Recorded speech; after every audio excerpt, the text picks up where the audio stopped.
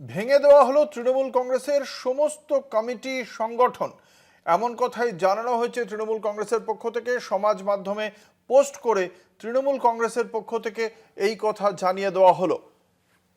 তৃণমূল কংগ্রেসের দলের অভ্যন্তরে যে সমস্ত কমিটি রয়েছে এবং তার পাশাপাশি সামাজিক স্তরেও যে বিভিন্ন সংগঠন রয়েছে, সেই সংগঠন এবং কমিটি সব ভেঙে দেওয়া হলো বলেই জানিয়ে দেওয়া হয়েছে এবং তার পাশাপাশি নতুন করে কমিটি গঠনের কথাও জানানো হয়েছে খুব শিগগিরই।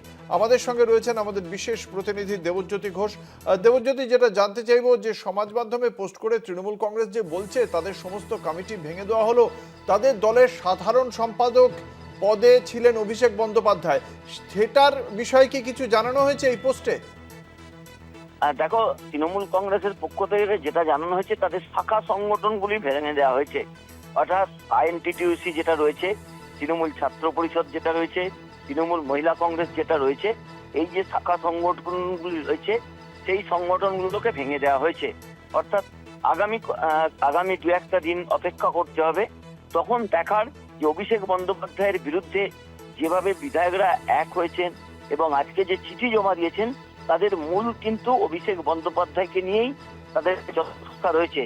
সেই জায়গাতে তৃণমূল কংগ্রেসের পক্ষ থেকে আজকে যেহেতু সমস্ত শাখা সংগঠন ভেঙে দেওয়া হয়েছে দলনেত্রী মমতা বন্দ্যোপাধ্যায়ের নির্দেশে, সেখানে আগামী কয়েকটা দিন অপেক্ষা করতে হবে তৃণমূল কংগ্রেসকে।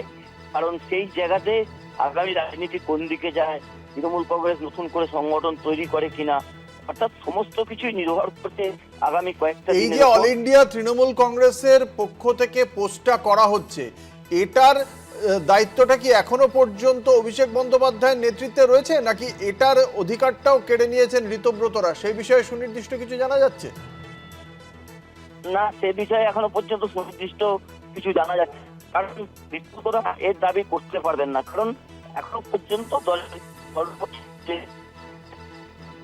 বন্দ্যোপাধ্যায়ের নাম আছে, দলের অল ইন্ডিয়া সাধারণ সম্পাদক হিসেবে অভিষেক বন্দ্যোপাধ্যায়ের নাম রয়েছে।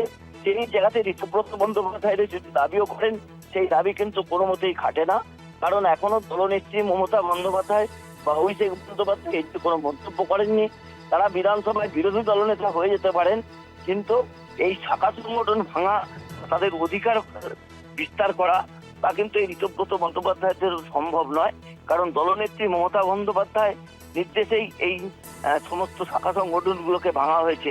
তাই আগামী একটা দিন অপেক্ষা করতে হবে এই তৃণমূল কংগ্রেস যেটা 98 সালে মমতা বন্দ্যোপাধ্যায় তৈরি করেছিলেন, তার ভবিষ্যৎ কি হবে। ধন্যবাদ। আমাদের সঙ্গে ছিলেন আমাদের বিশেষ প্রতিনিধি দেবজ্যোতি ঘোষ।